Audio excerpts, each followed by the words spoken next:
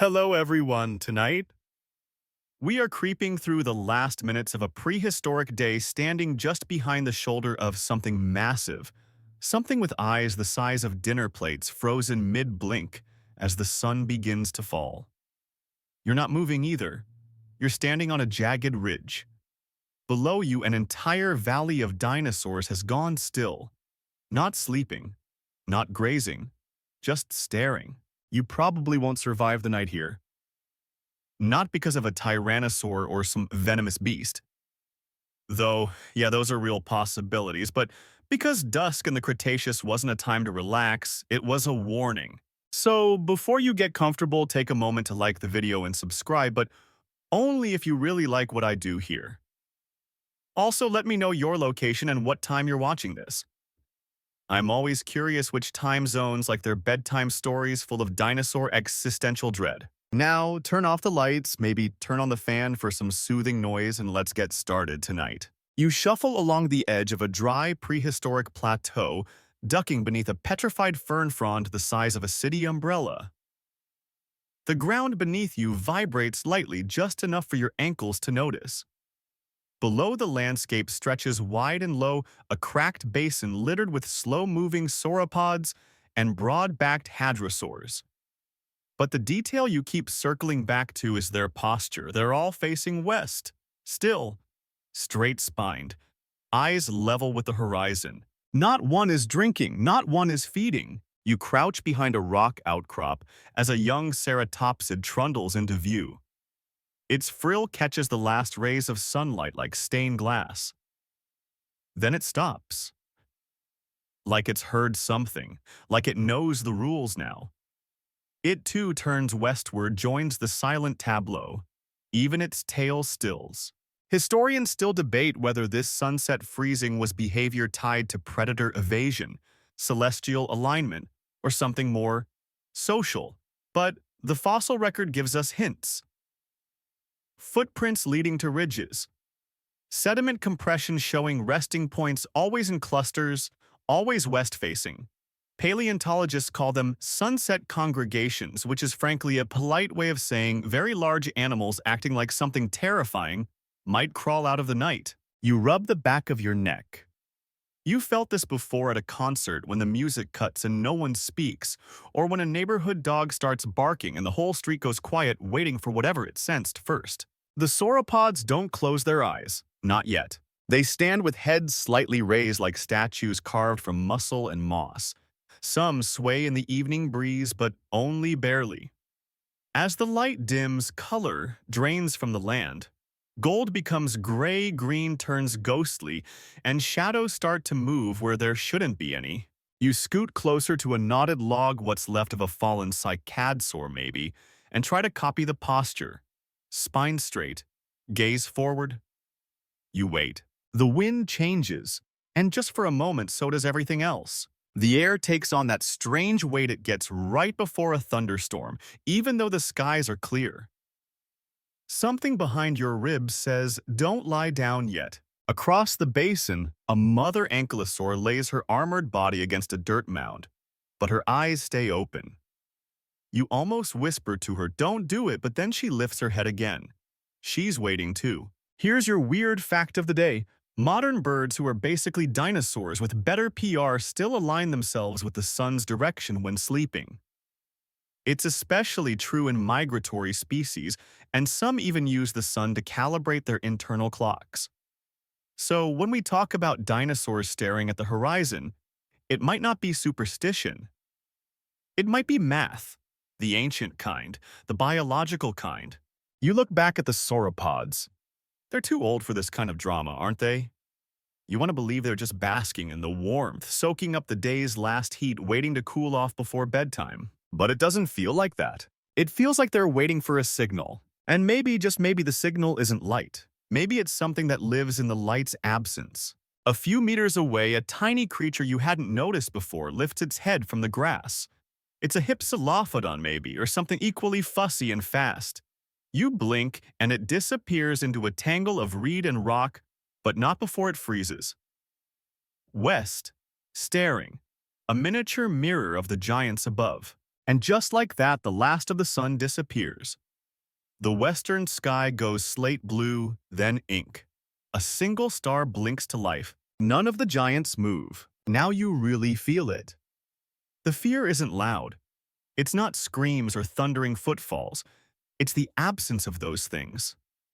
It's in the breath held too long, the joint locked just too tightly. You wonder, did they see something once? Something that came with the sunset? Something that made the smartest, strongest, and strangest creatures the world ever birthed stand still and wait. You shift your weight on your haunches.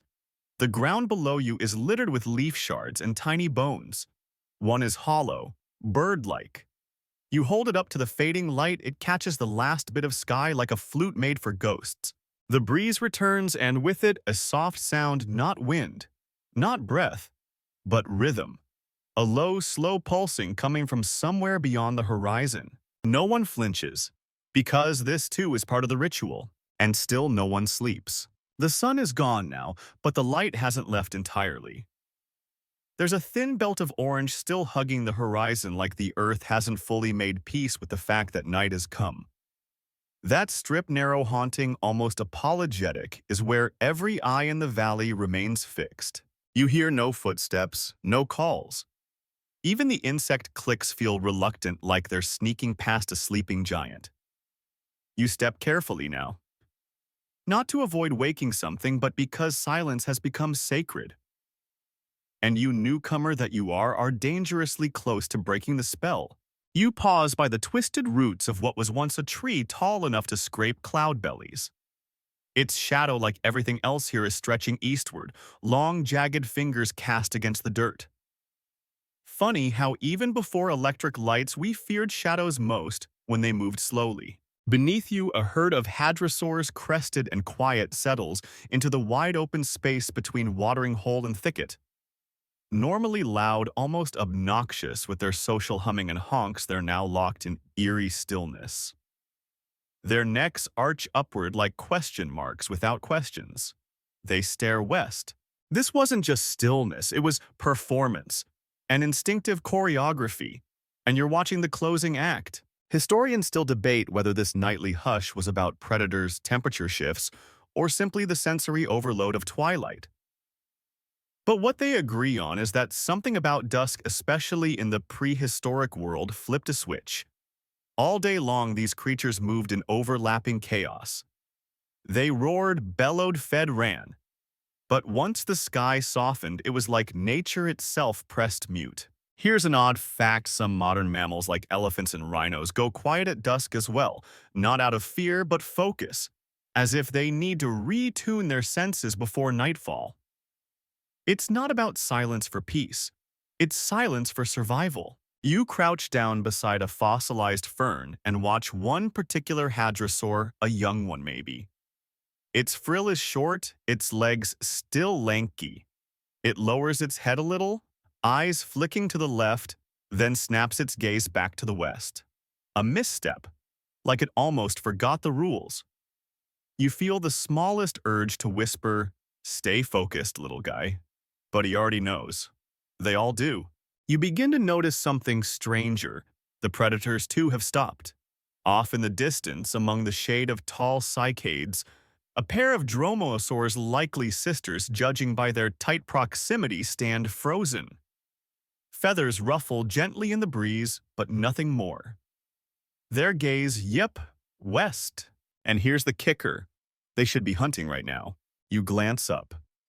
The last orange smear in the sky vanishes, replaced by indigo. A bat-like shadow flits overhead. Something early and winged. It makes no sound, just glides toward the east, away from the open plain. You don't blame it. The first full star twinkles above you. Then another, then dozens. You feel like you've blinked into a different planet. The constellations are strange, twisted. Nothing like Orion or Cassiopeia. This is the sky from when the continents were children, and no one ever named these stars. You lie on your back, feeling the cool creep of ancient dirt through your shirt. You close one eye, keep the other locked on the place where light used to be, just to understand what they're doing. just a copy. And that's when you hear it. The silence ends not with a roar, but with a crack. A distant echoing pop like a branch snapping or a rib cage giving way. Not close, not near, but out there somewhere behind the curtain of darkness. And every single animal in the valley flinches the same way. It's small, barely noticeable, like they all remembered something at the same time. Like a collective dream just soured, and then they resume. The stillness, the watching. You remember reading once that some ancient cultures believed the horizon was a mouth, the place where the world swallowed the sun each night and sometimes forgot to spit it back up. Maybe the dinosaurs thought the same. Maybe that crack you just heard. That was the sound of the mouth deciding if it was still hungry. You sit up slowly. Your breath fogs just a bit in the air. Temperature's dropping faster now. Even the wind has gone careful, and still no one lies down. It's not just that they're waiting for safety, it's like they're listening for a secret code.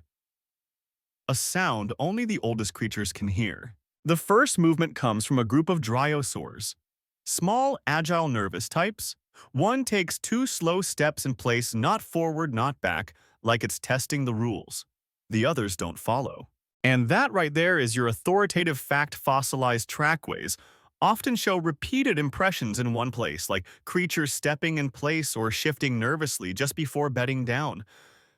Not pacing, wavering, maybe reconsidering whether tonight was safe enough for sleep. Then you hear a voice. Okay, not a voice, more like a low vibration through the earth, subtle as a heartbeat.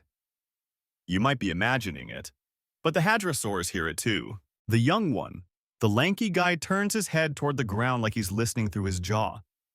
His tail flicks once, and still his eyes stay westward. You do the same. You stare, and the longer you stare, the more you realize you're not sure what you're supposed to see.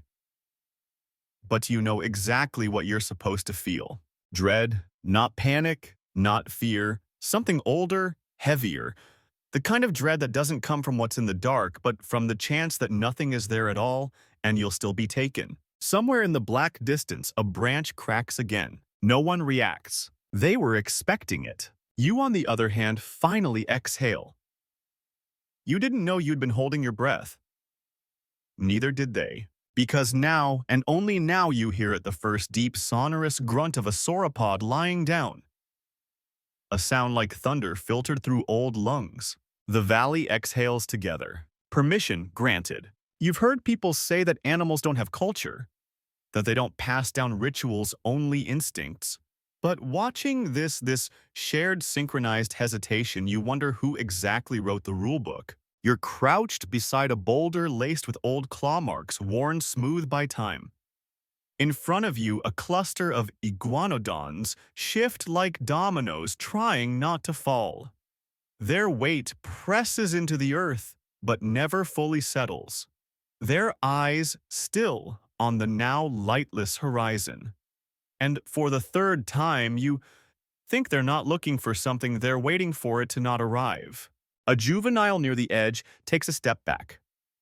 Just one. Its head jerks side to side. Then in one last uncertain fidget, it lowers itself into a half-rest. It doesn't close its eyes.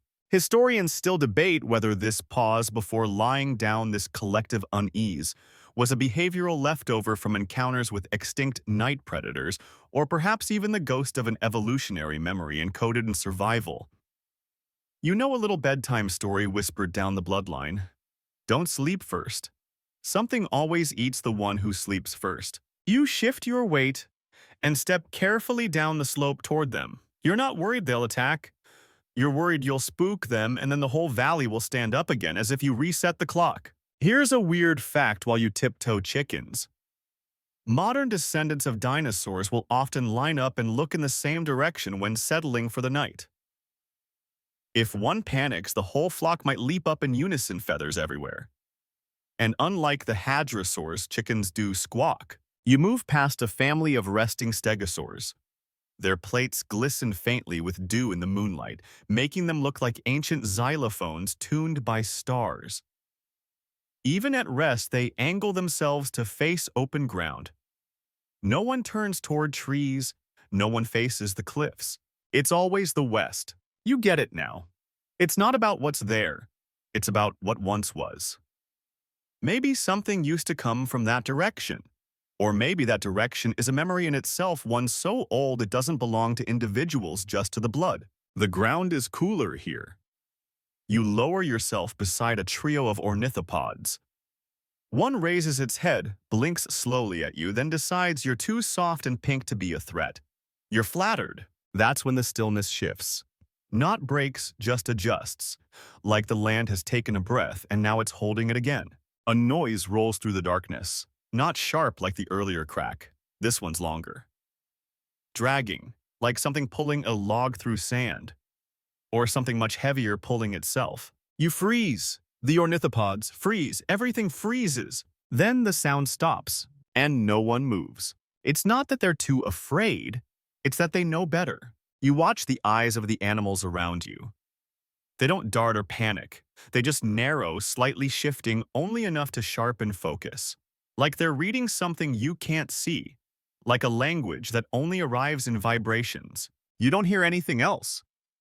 But your spine, it knows the sound's still out there. Still moving. And not a single dinosaur lies down now. Not one more. That's the thing with dread. It doesn't need volume. It only needs a direction. Across the basin, a pair of smaller creatures, probably early pachycephalosaurs, creep closer to a slope, clearly weighing their options. Lie down in a dip and risk being cornered. Or sleep on higher ground and risk being seen. They stay upright. And now you notice something else. Some of the dinosaurs aren't just standing. They're standing with purpose. Chin up, legs locked, still as statues in an ancient courtroom. It's not exhaustion, it's discipline. They're waiting for a verdict, and no one dares to break it first. You lean into a patch of tall grass, hoping to disappear into the rhythm of the valley. The wind moves gently again, but none of the animals react to it anymore. It's old news. It's part of the song now. Then a shift, a single deliberate breath from a triceratops elder. Loud, guttural, but it doesn't spook anyone. In fact, the others echo it. One breath, then silence. Was that a signal? Historians still debate whether certain species had nighttime vocal codes, low-frequency calls to mark safe zones, or sleep signals.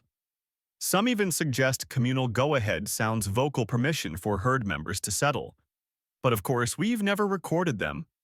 We're just guessing from the shape of fossilized ear canals and chest cavities. Still in this moment, that breath feels official. The youngest members begin to lie down now, one by one, like petals closing after sunset.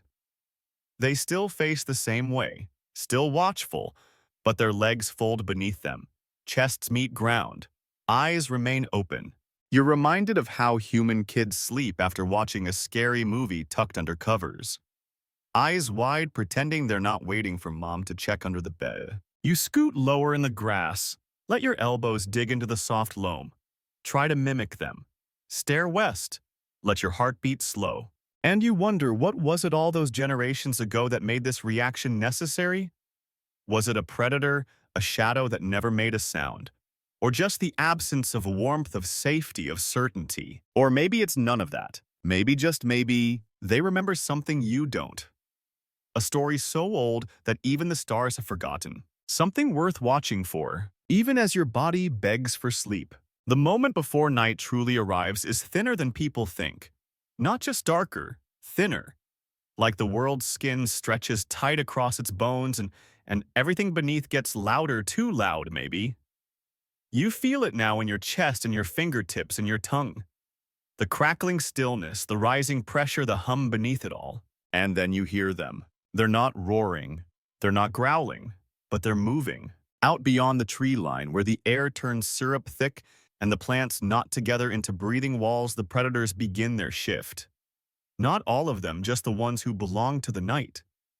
And the first to stir are the smallest, troodontids. You can't see them. Not yet. But the sound they make, it's like fingernails tapping against bark. Quick, repetitive. Not aggressive, but deliberate, like a language designed for ears you don't have. The hadrosaurs know. They don't run. They don't scream. But every eye narrows just slightly. Every tail becomes still enough to balance a coin on. Historians still debate whether troodontids hunted in true packs or loose opportunistic clusters. What we do know is that they had some of the largest brain-to-body ratios of any known dinosaur. Eyes adapted for low light, slender builds, long fingers. The kind of creature that doesn't chase. It waits. It watches. And now so do you. You inch forward through a curtain of damp ferns and press your body low, letting the dirt claim you like a blanket. There's a slight vibration to the ground, soft, intermittent. You imagine it's one of them tapping a claw signaling its location. You turn your head west. The horizon is now fully blank, no light, no shimmer, no moon. Just a gauze of stars and the breath of coldness slowly pressing in. Here's your odd fact: modern owls can rotate their heads up to 270 degrees without moving their bodies thanks to extra neck vertebrae and specialized arteries that prevent blood flow interruption. Troodontids didn't have quite that flexibility, but they had a similar hunting-style head still, eyes tracking. Motionless motion. You imagine being prey in this moment. Not chased but known, mapped, cataloged. The first troodontid steps out from the tree line. Its eyes catch starlight like wet glass. Its head tilts. Its body doesn't move. You feel it looking, but not at you. It's gazing across the valley at the herd, at the gaps, at the cracks between breath and bone. It takes one slow step forward, then another. Still no reaction. Because this too is part of the ritual. The predators arrive late. That's the deal. And here's where things get messier. A second figure moves behind the first, then a third. Each a sliver of intent, slicing through grass, nosing forward, never rushing. You glance at the hadrosaurs. No movement. The herd knows that sudden panic draws attention. Instead, they shift in micro-movements, enough to adjust spacing enough to form a wall without ever looking like they coordinated anything. You breathe as quietly as you can, chest barely rising. And then it happens. A lizard, a big one, not dinosaur big, but enough to matter, makes a mistake. It darts across an open stretch of ground, just trying to move, just trying to live. The closest troodontid spins with unnatural grace. One leap, no sound, gone. You didn't hear the kill, you didn't see the strike, just gone. The rest of the troodontids don't even flinch. This wasn't a signal, this was maintenance. You look back at the herd, still facing west. Somehow that's the most unnerving part, because the predators came from the east, which means the dinosaurs weren't staring to watch the danger. They were staring to ignore it, as if to say, "You don't deserve our eyes." The stillness becomes even more layered now, like velvet on velvet. The troodontids prowl in their quiet elegance, brushing past sleeping tails, sniffing at the cold air. They don't challenge the adults. They don't attack the formation, but they test the perimeter. You spot one near the edge of the stegosaur group. It tilts its head and lets out a sound you can't quite place, somewhere between a whisper and a click. No one responds. It lingers. Then, bored, vanishes back into the brush. This is the arrangement. Predators come. Predators test, but they don't break the spell. Not tonight. You sit up just slightly. Let your hands press into the earth to steady your breath. You can almost feel the rules, the ones no one says aloud. Like everyone agrees, only the foolish run at dusk. Only the desperate feed when the world holds its breath. Here's your historical fact: fossil sites in Mongolia have preserved evidence of predatory dinosaurs frozen mid-hunt by sudden sandstorms. In at least one case, a velociraptor was fossilized on top of a protoceratop claws buried in its neck. But the takeaway wasn't just the fight, it was the timing. The storm hit at night. Nature doesn't care if you're predator or prey. The sky rolls darker somehow. You didn't know that was possible. And just when you think the predators might test the limits, when one troodontid slinks too close to a young dryosaur and gets just too bold, there's a sound. Deep, thunderous, impossible to place. A long, low groan from the direction of the cliffs. Every predator freezes. And the herbivores, they close their eyes, not all at once, but gently, trustingly, like the world just handed them a lullaby. Even the dryosaur. Even the little ones. And somehow you know that sound was the signal. Not danger, not command. Permission. You lie back in the dirt head facing west like everyone else. And as your eyes drift shut, one thought glows behind them. Whatever hunts in the dark respects the ritual too. Sleep never comes all at once. Not here. Not in this ancient bowl of quiet watchers and creeping things. It's not like flipping a switch, it's more like fog rolling in uneven, clumsy waves, wrapping only the boldest first. You open your eyes just a sliver. Everything is shades of charcoal now. The sky, the ground, even the dinosaurs. Their outlines are softer fur blurred by dew. Their forms are less alive, more monumental, like something between living creature and landscape. Breathing statues. Then the wind changes. Not a gust, not a howl, just a gentle redirection, like the world tilting its head. You feel it in your skin before you smell it. Cool, sour whispering from the east, now crawling across the basin floor like a nervous thought. The animals notice. Not with panic, there's no stampede, no sound. But the shift is undeniable. Some lift their heads, just a few. Most keep them low, but their nostrils flare. You do the same. It smells electric, like something's been rubbed raw and left in the rain, like old bark stripped from a tree. And behind it, barely there, notes of rot and something mineral. A smell with memory. The wind at dusk wasn't just a background player, it was a messenger, a translator. It told them where the danger had moved, where the insects had died, where the world had changed in the last hour. Historians still debate whether dinosaurs communicated with scent in a meaningful way. Sure, modern reptiles do. And birds have a better sense of smell than we thought. But in this moment, watching the wind skim the plains and tickle the nostrils of 100,000 tons of muscle and memory, it's hard not to believe in an ancient olfactory language. One that didn't need words. The hadrosaurs nearest you rise slightly just on their front limbs, a cautious posture, like they're reading the wind. Then a sound barely audible, a low chuff. Not a cry, more like a test exhale, and another answers it from 50 feet away. Then another. Call and response, a roll call of unease. Here's your odd fact: bats, when disturbed in caves, emit ultra-soft calls to calm each other, soothing murmurs to maintain order. Maybe this was the same. A herd-wide whisper, I smell it too. Stay calm, stay alert. The grass hisses and waves, not from motion, but sound. Tiny insects have taken up their instruments again, those clicky percussionists of the prehistoric night. But even their rhythm is erratic now, broken by the strange wind. A shadow flutters past overhead. Not a predator, just a massive leaf on its last flight. It lands on the spine of a stegosaur, sticks there unnoticed. Still, everyone is facing west, even you. You shift slightly and catch a new scent. Faint, unfamiliar, like the breath of a cave you've never entered.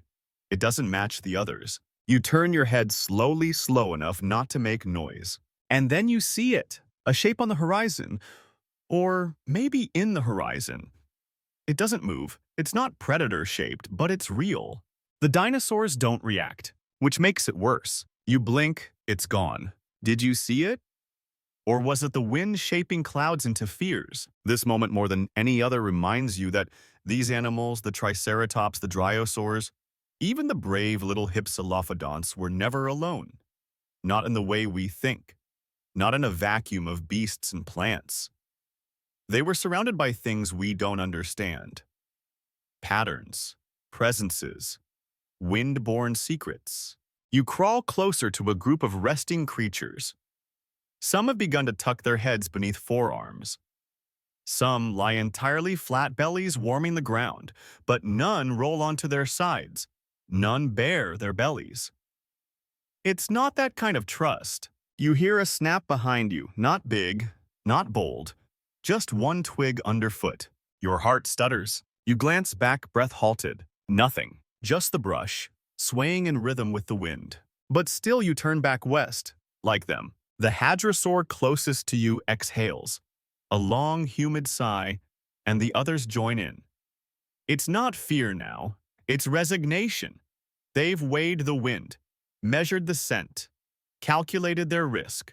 And the verdict is sleep but keep one foot in the waking world. Here's your authoritative fact. Paleontologists have found sediment compression patterns suggesting dinosaurs often rested without fully reclining. Just knees folded, chest low, spine alert. The kind of rest you take when you might have to run mid-dream. You wonder how often they did run mid-dream. The wind shifts again, slightly, a final adjustment. Then stillness. No more head lifts, no more calls. The hadrosaurs sleep. Their eyes may not be fully closed, but the tension is gone. The breath is steady. Even the predators, wherever they lurk now, seem to respect the decision. You lie back, arms across your chest.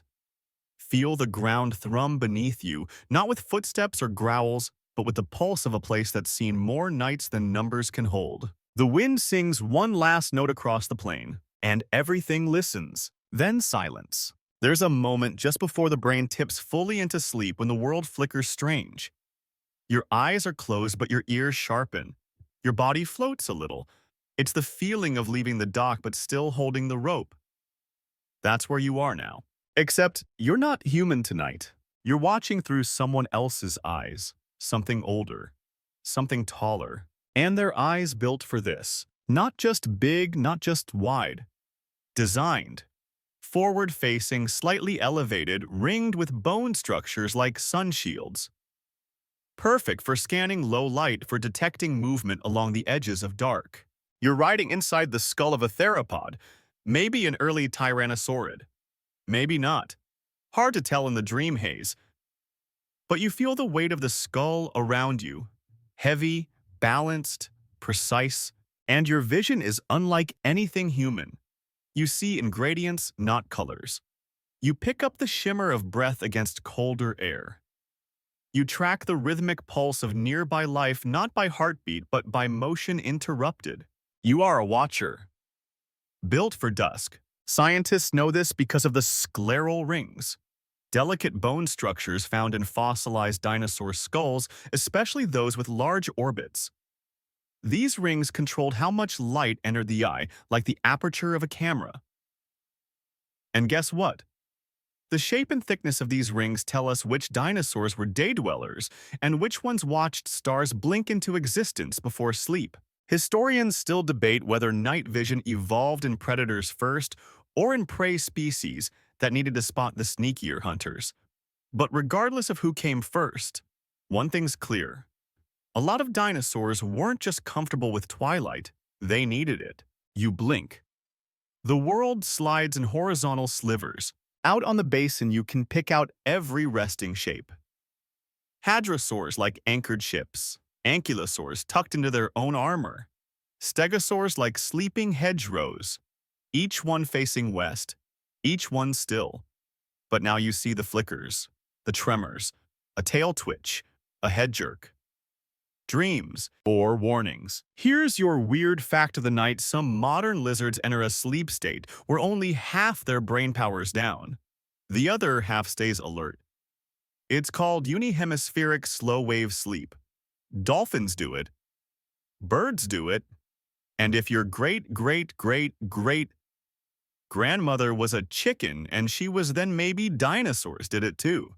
And so now, as you rest in this hybrid mind, half alert, half adrift, you realize the horizon isn't just a place. It's a line between two modes. Awake and almost. Safe and almost. Dreaming and almost. Your theropod vision drifts to the far edge of the basin. You see nothing at first, but then movement. A shape low and slow crossing the field of view. It moves like it doesn't care who sees it, like it knows no one is watching because everyone is pretending to sleep. You sense the curiosity stir in you but not alarm. This is part of the nightly rhythm. Something always moves. You shift your weight slightly, just enough to feel the ground under clawed toes, not standing, just remembering how. Then you catch it reflected light, a glint off a small round eye. It's not a predator. It's another theropod. Same size, maybe smaller, watching you from the tree line. Still. So still you think she might be a boulder. But she's not. She blinks. Just once. You don't move. She's watching you. Watching you stare at the horizon. And now somehow that direction feels less like instinct and more like performance. Like each night someone has to look that way.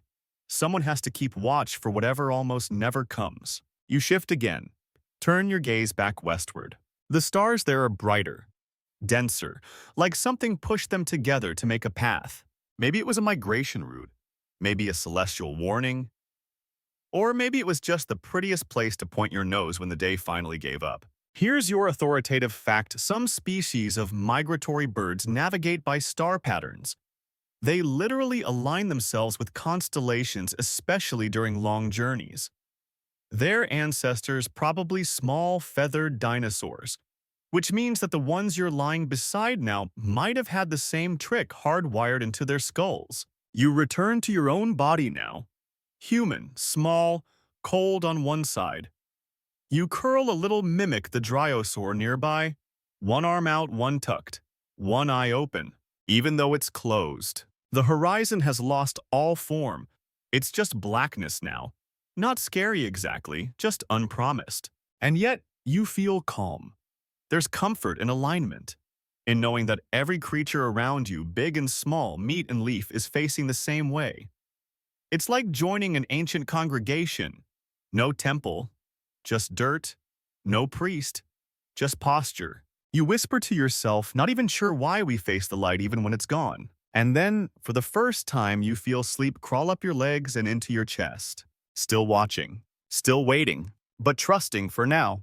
There's a strange poetry to the posture of sleep, how the body folds in ways that feel ancient, inherited, ritualistic. Even in humans, you see it fetal curls, the fetal fear tucked into knotted limbs. But here among the dinosaurs, sleep is geometry, deliberate, repeated, and something about it always points west. You're awake again, Dan.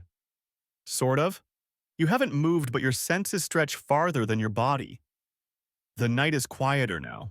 Not because danger has passed, but because everything has agreed to pretend it isn't coming. You sit up slightly careful not to rustle the grass. They're still facing west, every single one of them. You rise slowly like a ghost with sore knees and walk among the sleeping bodies, gently, respectfully, as though stepping through a cathedral after the last hymn has ended. That's when you see it. The first fossil line. A sleeping posture etched in the dirt, frozen for millions of years. You've read about these trace fossils where entire herds were preserved mid-rest. And in more than one site from Mongolia to Montana, their bodies are all arranged in the same orientation, heads west. Spines, curled legs, folded necks tucked, but always angled to the dying light. Historians still debate whether this was cultural behavior passed through generations or an evolutionary adaptation, a compass buried in bone. Some theorize it was a solar alignment trick. Sleeping in line with the sun's disappearance meant you'd rise in sync with its return. But that doesn't explain why it matters. Why the head? Why the face? Why watching mattered more than basking? You crouch beside a small dryosaur skeleton half buried in ancient ash. Its neck is arched toward what once was the western sky. Not fearfully, gracefully, like it was listening to the stars. Here's your odd fact. Certain Arctic ground squirrels today enter torpor, facing the same direction season after season, even underground in total darkness. Scientists believe they're aligning to magnetic fields. North, south, always exact. Maybe dinosaurs had a similar sense, not magnetic necessarily, but spiritual. Solar, a biological reverence for the light's exit. You look up. The stars are pin-sharp tonight. The Milky Way spills across the heavens like a river poured too fast. You wonder if any of these creatures ever followed those stars physically or otherwise. A gust rolls across the plain. The long grasses bend eastward, a slow swaying bow. And yet the dinosaurs do not turn, even the little ones. Even the flyers perched in trees or clinging to cliff faces. Heads west. You make your way toward a higher ridge now. The air is thinner here, crisper. You pass a cluster of oviraptors, their feathers ruffled but their bodies still. No nests, no eggs, just vigil. As you crest the rise, you pause. Before you a graveyard, but not the tragic kind. Not chaos, not panic. This was arranged. Dozens of skeletons, some full, some partial, all facing west. Some adults curled protectively around smaller forms. Others alone, but always angled the same way. You don't need a compass. The language is already carved into the earth. You kneel beside a long-necked juvenile bones, so delicate they hum when the wind touches them. A perfect C-curve. Ribs like pressed petals, and the skull tilted just slightly upward, toward the vanished sun. There's peace here, which is frankly uncomfortable, because peace in a place like this rarely comes without cost. You exhale, it steams faintly. Then you notice something strange. The bones aren't scattered. They weren't scavenged. They weren't flung by water or trampled by time. They were left as they fell, as if whatever ended them allowed them to finish their sleep. Which makes you wonder, were they already sleeping when it happened? Did they dream to the end? You touch the ridge of one skull lightly. Bone like stone, cool as memory. Here's your authoritative fact: in certain fossil beds, scientists have found entire clusters of dinosaurs buried together in what appear to be resting positions like Pompeii, but older, quieter. Ash layers suggest sudden death, volcanic events, but the stillness of their posture, that's what unnerves. You stand again, brushing dirt from your hands. The stars are brighter now, sharp as needles. A shadow glides overhead. You don't flinch. You're too deep in the rhythm. Then you look down the slope, back toward the valley. The herds remain unchanged, facing west. Still, it strikes you that this isn't just behavior. It's a belief, even if they couldn't name it. Even if they didn't understand it the way we do. They believed in the direction of sleep. And maybe that's the part we lost. In modern life, we sleep wherever the pillow lands. Screens glow all night. Windows face buildings. We don't face anything. Not like this. But these giants, these feathered, scaled, breathing myths, they face the last light like it was a promise. And in some weird, unsettling, beautiful way, you believe them. You've made it back down from the ridge. The graveyard behind you hums like a held breath, and though you tell yourself not to look back, you do. Just once. The stars are still there. The herds below haven't moved. The spell is unbroken, but a thought has snagged itself in your mind now, like a burr on soft clothing. What if they weren't just watching the light fade? What if they were listening to the earth? You lie down again, this time, flatter belly pressing into the dirt. It's cold now. Not ice cold, just the kind of cool that makes your breath a little heavier, your bones feel like stone that forgot it used to be alive. And then you feel it. Not a sound, not quite. It's something beneath you. A tiny rhythm, distant and deep. Like someone tapping on the bass of a drum so far away you're not sure if it's real. Or your own blood pretending. A tremor. Not an earthquake, not yet, but the idea of one. Some scientists believe dinosaurs could detect seismic vibrations far beyond human capacity. Through specialized ear bones, or even through their feet especially, in species like sauropods with legs like columns and feet spread wide like seismic dishes. They may have felt danger before it made a sound, before it became danger. Historians still debate whether horizon watching was a way to scan for movement or something subtler, a way to monitor absence. Because sometimes the real warning isn't a thing appearing, it's something stopping. And when you tune in, really listen, you begin to notice just how alive the ground is. The insects stopped clicking 20 minutes ago. The breeze has shifted directions 4 times, but it hasn't returned to its usual loop. The predator's gone quiet. That's the worst part. You roll to your side and face west again like the others. Let your cheek rest against the dirt, and then you feel it again. A deep vibration, like a step, but impossibly far away. No sound, just pressure, a single pulse. Maybe volcanic, maybe tectonic, or maybe something walking. Here's your odd fact: elephants today communicate with infrasound low-frequency rumbles that travel through the ground for miles. They can sense these vibrations through the pads in their feet. It's not just hearing, it's feeling communication.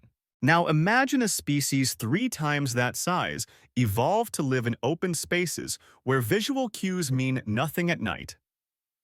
Of course, they'd learn to read the earth. You close your eyes trying to listen harder. Another pulse. You look at the herd. Nothing moves. But one juvenile tilts its head slightly, ear closer to the dirt. A tiny adjustment. Too subtle to call fear. Just confirmation. The horizon is still empty. The west remains unbroken. But maybe they're not watching for light at all. Maybe they're watching for motion, for vibration, for subtle change. The horizon isn't a view, it's a sensor. You lie back again, spread your fingers across the soil. Try to feel like they do. And the thought settles in: they don't wait to sleep because of predators. They wait because the earth hasn't yet told them it's safe. Not until the last vibration ends. Not until the world beneath them stills. You feel another twitch beneath your fingers. A longer one. A ripple. You sit up fast. The dinosaurs do not react. And that might be worse. Because if they're not startled by it, then it's happened before. Regular, familiar, ancient. Like a ritual knock at the door before sleep. You exhale slowly, trying not to panic. Maybe it's volcanic. Maybe it's just plates adjusting continental fidgets. But it never felt like that before. Here's your authoritative fact.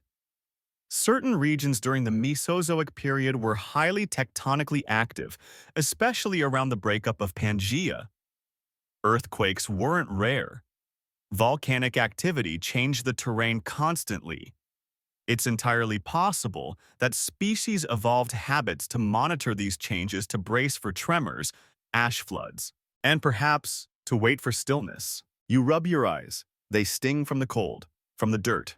But more than anything, from the not knowing. Why do they all face west? Why do they all wait? What passed through here once that was so heavy it left behind a behavior that survived longer than the continents? You lie down again, reluctant but trusting, because the herd trusts. The predators are silent. The world has whispered something you can't hear, and that's enough for them. You let your breath match the rhythm of the soil. No more pulses. No more tremors. The silence returns. Heavier now. Settled. Accepted. And finally, for the first time tonight, you feel like the earth is no longer holding its breath. It has exhaled, and so do you. Eyes closed. Head west. Silence is not an absence here. It's a presence. It has shape and texture. It moves. It changes temperature. Tonight it feels soft, almost velvety, but thick enough that it brushes against your ears like breath from something unseen. And within that silence, sound becomes sacred. You hear it. Not a roar, not a screech, a tone. Low, droning, deep enough to bypass your ears and settle into your ribs. It's not one animal, it's not even one sound. It's the ancient soundtrack of a planet settling into night. You push yourself up onto your elbows. The herds remain in place, statues molded by sleep. Their postures unchanged. Their heads still tilted west even in slumber. But now you hear it too, the layers of sound that end each day. The first is the insects, not the daytime ones. These are different. Softer. Less about mating, more about marking time. Their chirps are farther apart, hesitant, as if unsure if they're allowed to begin. The second is the trees. They creak at night. Subtle pops and groans as the temperature drops. Old bark shifts. Leaves fall without warning. Every branch settling in for the long exhale. Then the third sound, the one you didn't expect. A crack, sharp, quick. Then silence again. You wait. Eyes open now. And you realize the sound wasn't new. It's been happening all along, just far enough apart that it didn't register as a pattern. Like a heartbeat stretched across miles. One crack, then silence. Minutes later, another. Historians still debate what caused the night noises in ancient ecosystems. Was it thermal stress in the earth? The slow rupture of buried roots? small creatures warning each other, or something else, a presence that signaled its approach in ancient metronome pulses. Here's your odd fact in some desert regions today. Massive boulders shift minutely as temperatures fall at night, creating echoing cracks that sound like distant gunfire. Locals call them ghost steps. Sometimes animals in the area freeze not from fear but from tradition.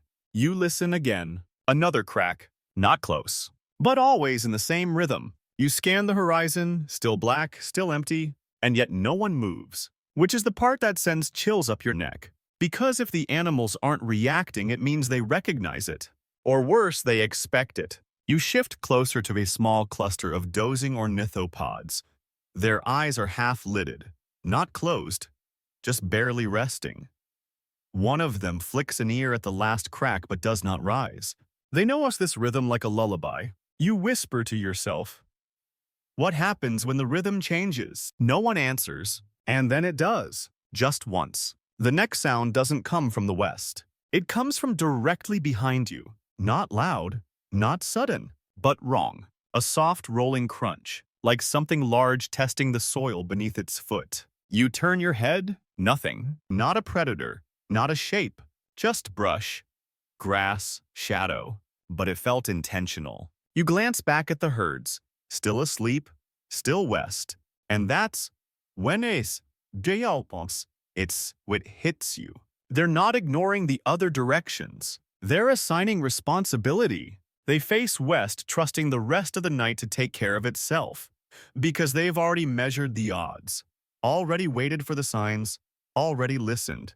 And now the sound that ended the day, it's your job to watch for it. You take a breath and focus, deep, long. Let the silence refill your lungs. Then it returns the crack. But this time it's closer, still distant, but less polite, and louder than before. Here's your authoritative fact. Many dinosaurs had extraordinary low-frequency hearing, especially species like hadrosaurs, whose hollow crests may have amplified infrasound. Some researchers believe entire herds communicated across long distances with vibrations we can't detect. Maybe those cracks aren't external. Maybe they're calls or countdowns. And just like that, you feel it again, the weight in the air. Heavier, denser. You're not in danger, but you're being counted. You can almost feel the numbers clicking through the dark. This many bodies, this many breaths, this many heads not yet fully down. But the sounds continue. The trees groan again. A branch falls without hitting the ground. The rhythm holds. And slowly, imperceptibly, you notice something else. The absence of sound becomes its known presence. It's not just who's making noise. It's who isn't anymore. The frogs are gone. The wind has stopped. Even your heartbeat feels shy. You lie down once more, cheek to ground. The dirt is warm from the day, cooling now into memory. The final sound of the evening, if you had to name it, would be this. The slow closing of the world's eye. Not with a blink, but a gaze that softens long enough to dream. You close yours too, still facing west. You wake to something that isn't morning. The light hasn't returned. The stars still reign above, and the western sky remains a deep, hungry slate. But everything is wrong. The shadows are different. They stretch the wrong way. Not eastward, but outward. In all directions. There is no moon now. There was one earlier, just a sliver, but it's gone. Hidden behind something. You sit up slowly, bones stiff from the cold, and watch the valley. The dinosaurs haven't moved, but they are no longer sleeping. They are waiting again. You recognize the difference now. Sleep had softened their bodies, let them lean, sag, surrender. Now they are tense. Still facing west, yes, but with the kind of posture that says we may have miscalculated. A sudden hush falls, not like the earlier quiet. This one feels manufactured. The insects are silent, the trees are motionless. Even the wind has called in sick. And then it happens. The sky darkens, but not gradually, not as it did at dusk. This is a falling, a dimming, as if the stars are being erased one by something massive and near. You blink and realize it isn't the sky changing. It's something between you and the sky. A sheet, a shroud, a veil drawn across the heavens. The herds begin to shift now, not panicking but recalculating. Dinosaurs step closer together. Ankylosaurs huff and angle their heads downward. Even the stegosaur plates catch the air like radar dishes scanning something invisible. Historians still debate the causes of what some call false nightfalls. Sudden eclipses, volcanic ash blooms, massive dust storms kicked up by migrating herds. All could plunge a landscape into temporary darkness midnight at the wrong hour. But in fossil records from multiple sites, there are layers of soot and ash nestled between otherwise normal sediment interruptions that suggest nights that arrived uninvited. You know, the dinosaurs remember those nights. Tonight feels like one. And here's your odd fact: in 1982, a dust storm over the Sahara carried enough particulate matter to dim the skies in southern Europe. For hours, it turned day into a copper-toned dusk. Birds went silent. Some flocks migrated early. Even trees began adjusting leaf positions mid-cycle. What would a dust storm feel like here with no cities to filter it, no alerts, no indoor refuge? You feel the change in pressure now. A gentle but relentless weight pressing against your chest. Not fear, not yet. Just wrongness. You glance up again. The stars are gone. Not clouded. Just removed. One of the hadrosaurs lets out a long, low note. Not loud. Not frightened. Just informing. The kind of sound a parent makes when they need to wake their young without scaring them. The small ones stir. You notice, too, that all eyes are now open. Fully open. No more partial lids. No more blinking membranes. This is not sleep anymore. This is watchfulness rebooted. Here's your authoritative fact. Some dinosaurs likely had color vision superior to humans, especially during the day. But at night, their adaptations would have focused on motion detection, shape recognition, and pattern disruption. A shadow that moves the wrong way. A line that breaks the rhythm. And tonight, the lines are breaking. You squint at the edge of the horizon, now barely visible. Not because of light, but because of the absence of it. The black has texture now, like something is moving within it, stirring the grain of darkness itself. But no one runs. That's the unsettling part. No one has bolted, not even the little ones. Because maybe that's the rule during false nightfall. If you panic, it sees you. If you move, it follows. So they watch, all of them, still west, still trusting the direction of the real sun, even as this imposter night tries to override it. And then something even stranger, the sound. You didn't notice it at first because you were waiting for silence. But this is worse. There's a humming now. Not electric, not natural, just under the skin. Like every hair on your arm is being sung to in a language you'll never speak. It vibrates in your teeth. You glance at the dinosaurs nearby. They're pressing their bodies lower into the ground. Not burrowing, just listening better. You lie back again reluctantly. Let your head meet the soil. And yes, there it is. The hum is not in the air. It's in the earth. A deep subsonic drone like the world itself is warning you gently. Don't speak. Don't blink. Don't pretend this is normal. You breathe slow. Even. The darkness thickens. You press your fingers into the dirt.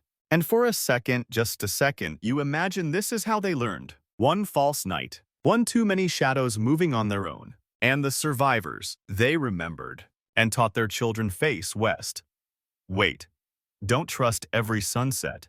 Tonight you understand that lesson better than ever. Because the sky has forgotten the stars. The light has been stolen. And all you can do now is keep your face turned toward what should be there. And trust that it returns. You don't remember closing your eyes. Not fully, anyway. It's the kind of rest that isn't rest. A waiting room kind of sleep. One ear pressed to the floor of the universe, the other straining to hear your own breath. And when you stir slowly, gently, you realize something wild. You were still awake the whole time. So was everyone else. The herds have not moved. The false night is still hanging like wet cloth draped across the sky. But there's a difference now, an absence within the absence. The humming you felt earlier, It's gone, replaced by something quieter. Awareness. No one is eating, no one is grazing, no one even coughs. But something is happening. You look at the eyes again. Dozens of dinosaurs. Hundreds if you count the distant groups, their silhouettes barely visible. And not a single one of them has both eyes closed. Every creature is practicing what scientists now call unihemispheric slow-wave sleep, the art of sleeping with half the brain awake. Birds do it. Seals do it. Crocodiles do it. They shut down one hemisphere at a time, resting while keeping a single eye literally on the world. The hadrosaurs near you. Left eye closed. Right eye open. You move to the other side. Now the left eye is open, the right closed. You can't help but smile. Cheaters, you whisper. But that's the game. Sleep is a risk, and risks in the Cretaceous had to be negotiated. Historians still debate whether this behavior was evenly spread across species or reserved for herd-based animals. But it makes sense if you're a prey animal, you don't get to go all the way under. Not when anything with claws and teeth could see your nap as an appetizer. Here's your odd fact: dolphins sleep this way too. One half of their brain rests while the other remains fully alert. It's how they avoid drowning. Because, fun reminder, dolphins are conscious breathers. They have to choose to breathe. And sleeping completely, well, that's how you die in the ocean. Back to the dinosaurs. Even the massive ones, sauropods with necks like collapsing cranes, seem to practice it. Not exactly nimble, not exactly defenseless, but you can tell by the way they lean, one side relaxed, the other side still ready to pivot. And it's not just the eyes, the posture changes too. One leg loose, the other still bearing weight, heads drooped but angled, tail curled just enough to spring. You watch a young triceratops rotate her stance, slowly, unhurried, as if she's turning the dial on her own awareness. Her left eye opens, her right closes. That's the switch. Here's your authoritative fact. A fossil site in China preserved a troodontid in what appears to be a resting posture, head tucked under one arm, similar to sleeping birds today. But the position of the limbs and eye sockets has sparked debate. It suggests only one side of the body was in full sleep mode. Paleoneurologists, yes, that's a real specialty, argue this could indicate hemispheric sleep patterns. Back in the valley, the light hasn't returned, but neither has the panic. Because this is how they wait, not by retreating into unconsciousness, but by sharing the load. Half brain by half brain, one open eye at a time. You stretch out beside a cluster of feathered bipeds, probably Dinosaurs. Smaller than you expected, fluffy even.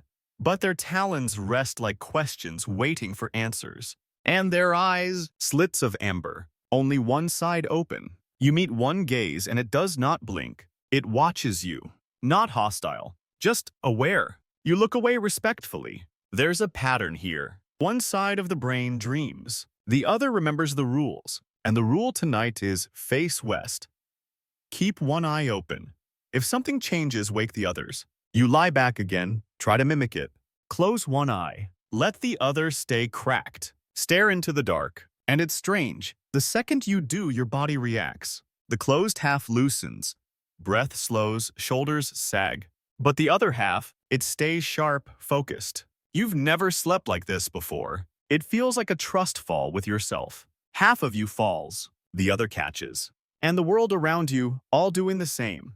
Every creature here is dreaming and guarding at once. That's how the night survives, not with walls or alarms, but with shared attention, with the mutual agreement that someone, some half will always be awake. Another crack in the sky, not thunder, just a seam in the darkness realigning. The stars do not return, but the western edge glows faintly, a rumor of light. And every open eye, thousands of them, twitches the tiniest bit. You feel it in your bones. Morning is near, but not promised. So you keep watching. You keep the eye open and wait for proof. There's a presence in the field now. You don't see it at first. Not because it's hiding, but because it isn't doing the thing everything else is doing. It's not rotating its stance, not closing one eye and opening the other. It isn't curling, shifting, breathing in time with a herd. It's just standing, still, wide-eyed, watching. You notice it because your brain is finally tuned to the pattern, and this one breaks it. It's a theropod, slim, medium-sized, maybe 6 feet long. Feathers draped over its shoulders like a heavy cape. Dark face, and eyes so wide you can see the glint of starlight mirrored in both eyes. Open, unblinking. The wind brushes past, ruffling its feathers. Not even a blink. And you think, is it dead? But then one nostril flares, just once. Alive. Absolutely alive. And entirely awake. Or something like awake. You shuffle slowly to a different angle, staying low. This creature isn't hunting, isn't reacting. Just standing with a kind of stillness that unnerves the bones. It doesn't seem afraid. It doesn't even seem tired. It just is, watching the horizon, like a statue left behind from some older world. Here's your odd fact: some modern birds like flamingos and certain gulls have a transparent inner eyelid called a nictitating membrane, a translucent film that sweeps sideways across the eye to moisten and protect it without requiring a blink. It's essentially a blink you can't see. This dinosaur probably had one too, which means it could be sleeping right now, and you'd never know. Historians still debate the full function of the nictitating membrane in non-avian dinosaurs. Was it just for eye protection during feeding and hunting, or did it play a deeper role, allowing species to rest without appearing vulnerable? Because when predators watched predators, the first blink often lost. But this creature, it's not just resisting vulnerability, it's performing vigilance. Its eyes are dry, glassy, alert, but behind them, a stillness that doesn't feel natural. You crawl a little closer. Breath. Shallow. The animal shifts its weight just slightly, like the branch of a tree catching wind, and that's when you feel it. This isn't an outlier, it's a sentinel, a watcher assigned by evolution. While the others cycle, sleep, rotating hemispheres, changing legs, blinking one eye at a time, this one has outsourced the entire process.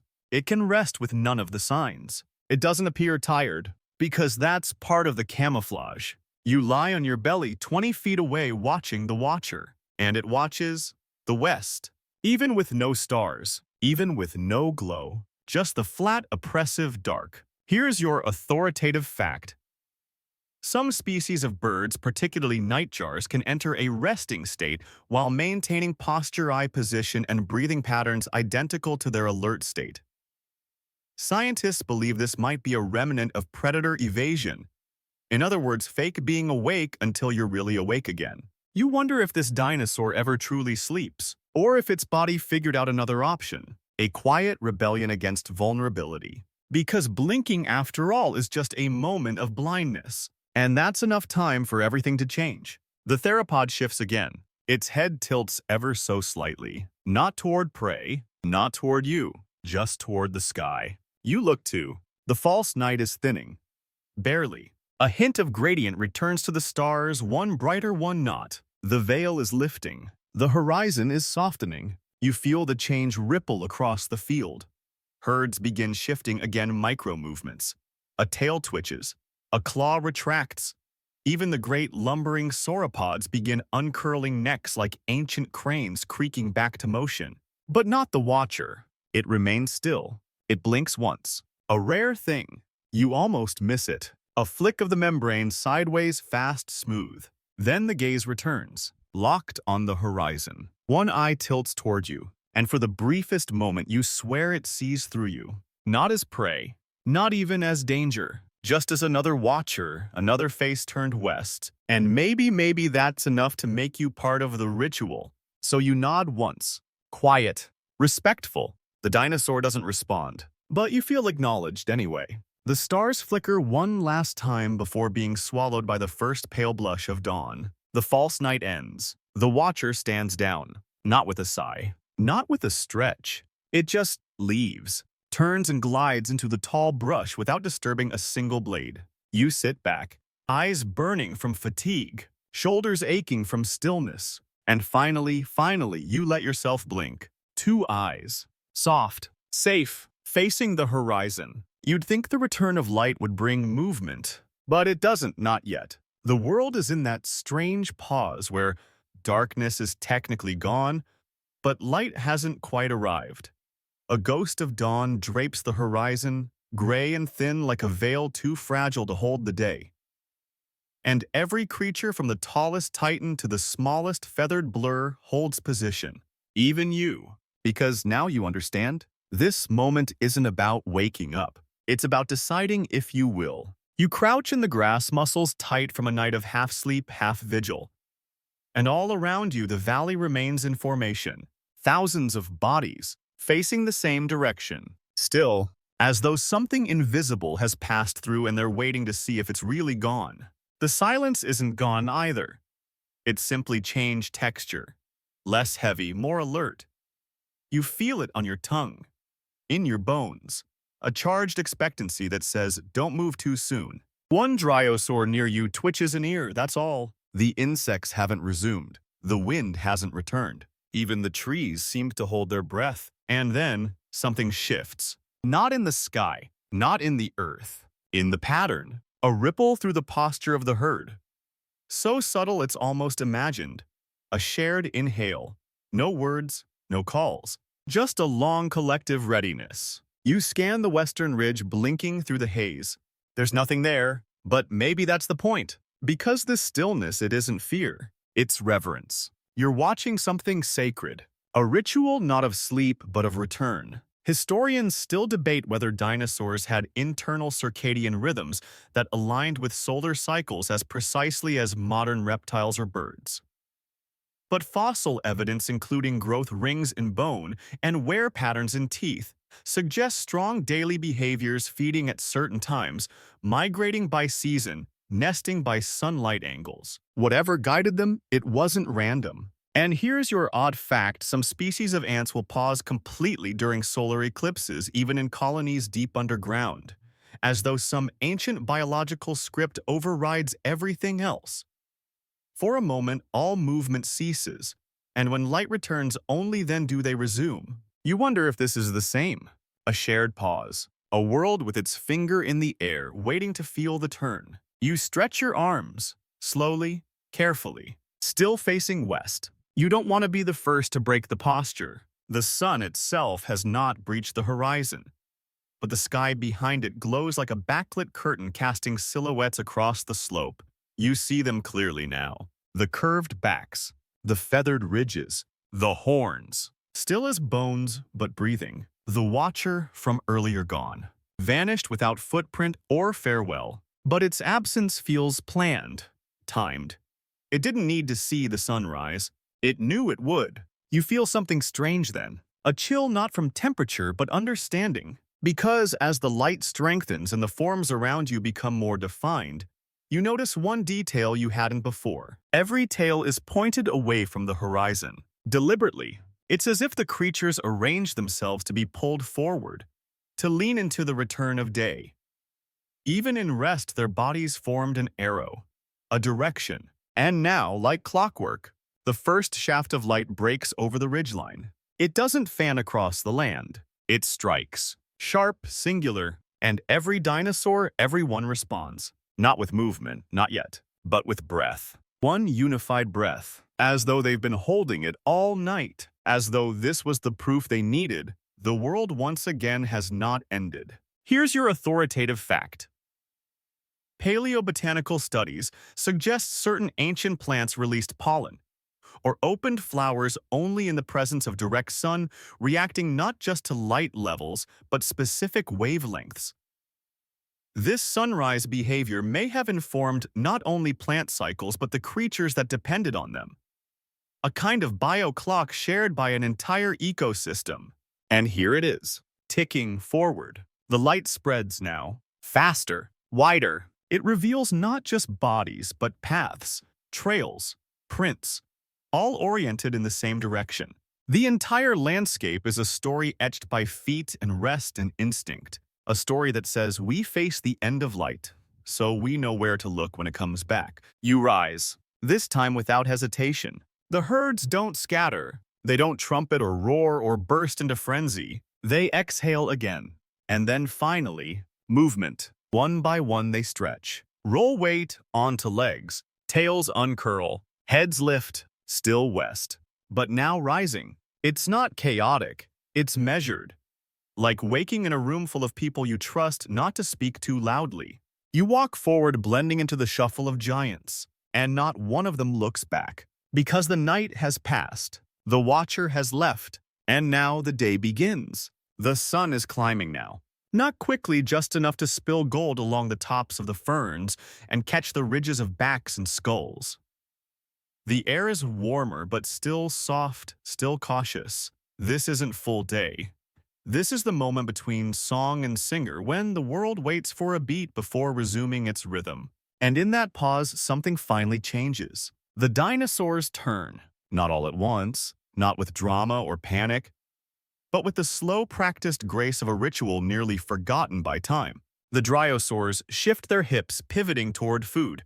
The ankylosaurs shuffle sideways, rumbling low in their throats, reconnecting after silence. The hadrosaurs stretch their necks, shake their heads, and finally look away from the horizon they stared at all night. You don't realize you've been holding your breath until you feel the release in your chest. A sort of quiet grief, strangely. Like leaving a long-held vigil. Like closing the book after the last line you didn't want to end. You turn too, not out of instinct, out of belonging. And for the first time in hours, the West is at your back. It feels vulnerable, but the others don't seem to mind. In fact, they seem lighter now. Laughterless joy, if that makes sense. Like animals who survive the thing they could not name. And suddenly you remember something you forgot to ask all night. What exactly were they staring at? Not why. You've already felt that answer, the dread, the signal, the memory passed down in muscle and posture. But what was it? What ancient silhouette once crested that distant ridge? What silence once broke just before the stars appeared? What predator, or god, or shapeless fear passed over this land and never returned but left behind behavior fossilized in DNA? Historians still debate what haunted these creatures in the dusk. There are theories about large nocturnal predators, now extinct, giant birds, massive snakes. Some posit ancient volcanic activity mimicking the signs of a looming threat, rumbles, darkness, sulfur in the air. Others say it wasn't one thing. It was all of it. 1,000 years of things that hunted in silence, that came when it was too late to flee, that arrived just after you blinked. Here's your odd fact in certain parts of Papua New Guinea. Elders teach children to sleep with their feet pointing downhill, not for comfort, but because the ghosts of the mountains only take those lying crosswise. It's a direction thing. Superstition. Maybe. Or maybe just memory buried in tradition. You think about that now, watching the herds return to motion. It's not just sleep behavior. It's a rulebook written in shadow. A collective decision passed from generation to generation, whispered through instinct and posture. Don't sleep until the West is done watching you back. You walk toward a small clearing where ferns have been trampled into soft mats. The ground here is littered with old footprints, some fresh, some fossilized, turned to stone. The layers overlap. Even in sleep, they walked the same paths. Even in death, they pointed the same way. You kneel beside a half-exposed fossil, its ribs curled around nothing. The skull rests at a familiar angle, jaw slightly open, eye socket facing west. And just above the fossil is a fresh track, still damp with morning dew. Something stood here last night, something modern, watching the bones. You stand again and glance behind you. Nothing follows. But you feel it still. The idea of it, the watching. Here's your authoritative fact. Modern animals from elephants to deer exhibit behaviors where they freeze a line and face perceived threats even if those threats are not present. This isn't just alertness, it's ancestral knowledge. Biological storytelling. And so maybe that's what happened here. Not memory, but myth. Passed not by voice but by stance. The myth of the one who came at night. Not a predator you could see, but a fear that taught you to look. You scan the ridgeline again. Just for good measure. Still nothing. But now, you don't need to see it to know it was real. Because you saw what it left behind. A valley that froze, a plain that held its breath, creatures that refused to blink. Even now, as birds scream into the sky and pterosaurs take to the thermals, and the world roars back into sound and speed, you feel it. The presence in the absence. The thing that taught dinosaurs to be quiet and to watch. The valley is alive again. You hear it in the stomps, in the huffing breath of the larger beasts, in the wet slaps of tails across shallow pools. The insects have returned in force, clicking, droning, flitting through beams of newborn light. The air hums. The ground quivers. Life is surging back like blood into a limb that's finally been unpinned.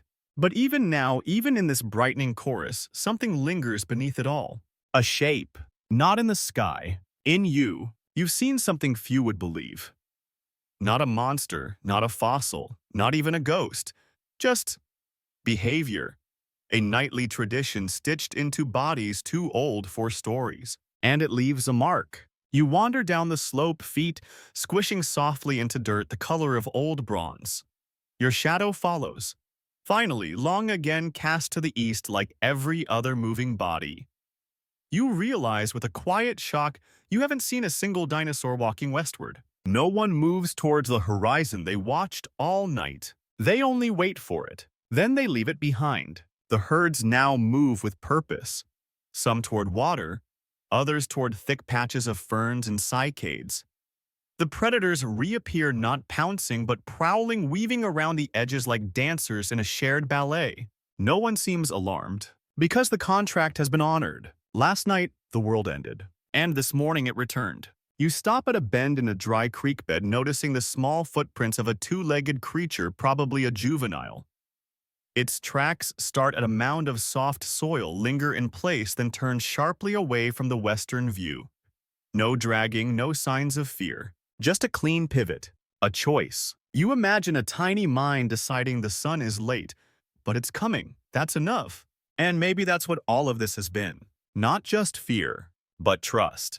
The kind that takes millions of years to form and only a second to shatter. Historians still debate whether behavior can fossilize. Not just posture or footprint, but ritual. The westward gaze. The hemispheric sleep. The refusal to lie down too early. Some say it's instinct. Others call it inherited trauma. But you know better now. You watched it unfold in silence. And silence once lived through speaks louder than any roar. Here's your final odd fact. Ancient crocodilians sometimes bury their heads in sand with their eyes just above the surface, not to hide, but to watch the sky. Not the prey, the clouds. Because pressure changes predict storms. And the ones who watched the longest lived the longest. That's the rule. Watch longer. Trust the signal. Face the change. You're walking east now. Not because you're afraid of the west, but because you don't need to look at it anymore. You honored it. You waited. And now it's morning. You glance back only once. Not for reassurance, just for memory. The herds have dispersed. The horizon is empty again. But somehow that makes it feel more whole. Like something passed through, left its lesson and moved on. You take one last breath of morning air thick with pollen soil sound. And in your mind, a final phrase drifts through like smoke. The safest sleep is the one that waits for silence. So you will. Next time you dream, you'll dream westward. Just to be sure, the sun is high now, but you don't rush to leave. There's something in your bones that's slower, more deliberate. Like you've carried part of the ritual with you. You've seen a valley freeze not from fear, but from memory. You've watched ancient eyes hold the horizon as though waiting for the world to break again. And somehow in that stillness, you learned to listen, not just for sound, but for absence. This wasn't a story about monsters or survival. It was about knowing when to sleep, how to trust the dark, and how to fear it just enough. You'll remember the silence that cracked like a voice. The herd that waited in posture prayer. The watchers who never blinked. And the sun delayed but faithful returning just when everything inside you thought it wouldn't. And now, even in your own bed thousands of years away, you'll glance west before you drift off. Not because something's coming, but because you understand now, sleep is a promise, And some promises are only safe when made together. So rest easy, Horizon Watcher. You've earned the silence. And the morning, too.